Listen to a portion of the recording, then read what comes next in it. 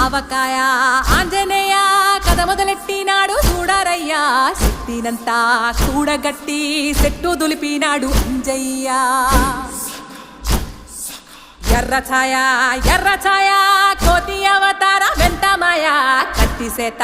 పట్టకుండా కాయ కోసినాడు కపిలయ్య